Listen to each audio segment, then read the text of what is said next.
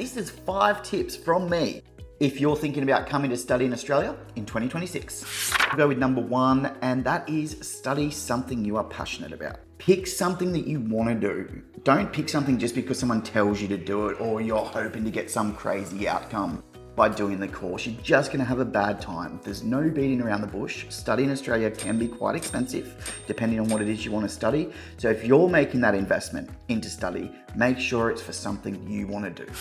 Number 2, figure out what your end goal is before making the decision on what to study. Now, what I mean by this is your end goal to come out, study something in Australia that's fun or something you have a passion for, and take those new skills and go home or go traveling, whatever it may be, okay? Or is your end goal to come out to Australia to study something that you love, but is also going to generate a pathway to PR? This is something people should be thinking about from the very first step, because you don't want to be out here and 2 years into a course or a year into a course and realize, you know what? I actually do want to stay in Australia. This is my home. I love it. This is where I see myself in the future.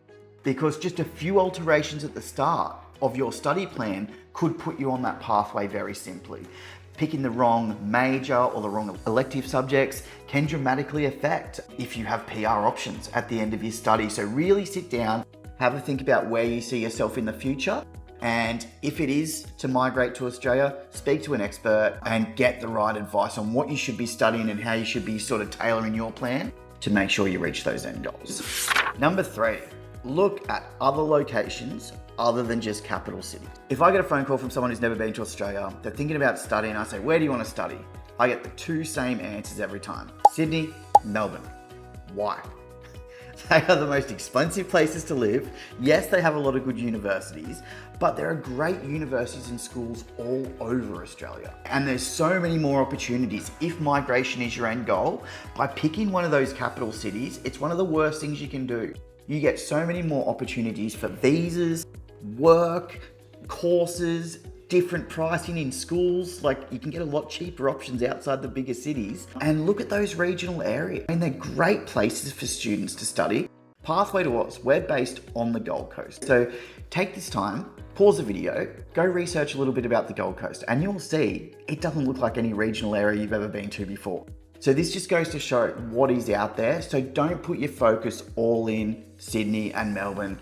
Take the time, explore, see what's out there, compare different universities, because there's a whole lot more to Australia than just Sydney and Melbourne.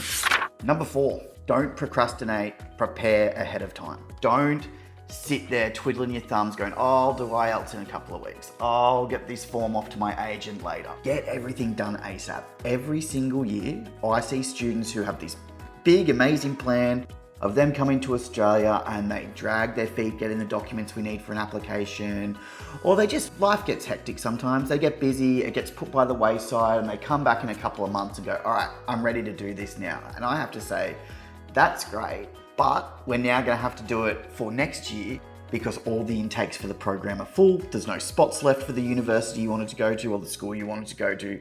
So if it is something you want to do and you're very serious about it, and you have a time frame in mind of when you want to get to Australia, the sooner you get this organised, the better. You can enrol so far in advance, so do that. Give yourself the time to plan.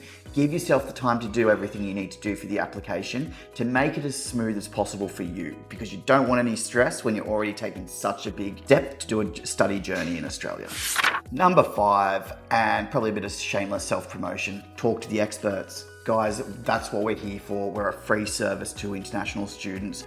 So if you're wondering about the different locations of study, different courses, what is available to you, shoot an email, pick up the phone, give us a call. Pathway to Oz has a huge amount of agents always willing to help students, and we can run through every single possible option with you, whether it's to study something fun like scuba diving or graphic design, or whether it's something a bit more serious like a Masters of Nursing or something like that that's going to put you on a really solid pathway to staying permanently. So one piece of advice I can give, not much comes for free in this world anymore, so take up this offer while you can.